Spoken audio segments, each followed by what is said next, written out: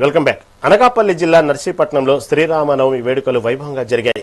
వెలమ వీధి రామాలయంలో జరిగిన సీతారాముల కళ్యాణ మహోత్సవంలో రాష్ట్ర శాసనసభ స్పీకర్ చింతకాయల అయ్యన్న పాత్రుడు దంపతులు పాల్గొన్నారు.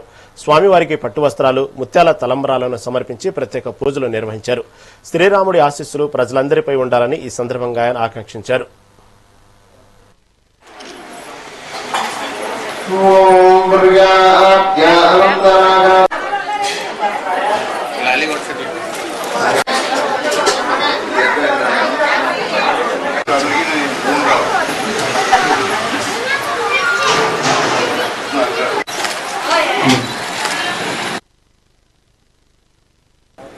ఇవాళ శ్రీరామనవమి తెలుసు, దేశంలోనే కాదు అన్ని రాష్ట్రాల్లో కూడా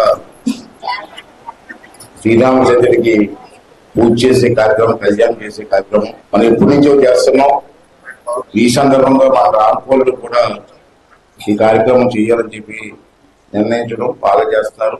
అందరికి కూడా కమిటీ సభ్యులకి దీనికి ప్రోత్సహిస్తున్నటువంటి అందరికీ ప్రజలందరికీ కూడా నమస్కారం తెలియజేస్తూ, ముందుగా శ్రీరామనవమి సందర్భంగా ప్రతి కుటుంబానికి నా శుభాకాంక్షలు తెలియజేస్తాను. అలాగే నౌకాలం పండగ బ్రహ్మాండంగా జరిగింది ఈ సంవత్సరం. అందరి సహకారంతో ప్రజలందరూ కూడా పాల్గొన్నారు. అలాగే మైడం పండుగ కూడా ఈ సంవత్సరం ఉంది కాబట్టి స్టార్ట్ చేసాం. ఈ సంవత్సరం కూడా మైడం పండుగ చాలా భారీ ఎత్తున చేస్తున్నాం. చూస్తూనే ఉన్నారు, ఎప్పుడూ లేదు. చాలా ఎక్కువగా ప్రోగ్రామ్స్ కానివ్వండి, లైటింగ్ కానివ్వండి పెట్టి ఈ సంవత్సరం కూడా బ్రహ్మాండంగా చేయాలని చెప్పి నిర్ణయం తీసుకొని చేస్తున్నాం. మరి మీ అందరినీ కోరేది ఏంటంటే, మనకు ఆనవాయితీ ఉంది. ఈ పిల్లలకు తెలియదు కానీ మన అంత పెద్దలకు తెలుసు. ఆనవాయితీ ఏంటంటే, మైడాం పండగకి ఒక ఆనవాయితీ ఉంది మన నర్సీపట్నంలో.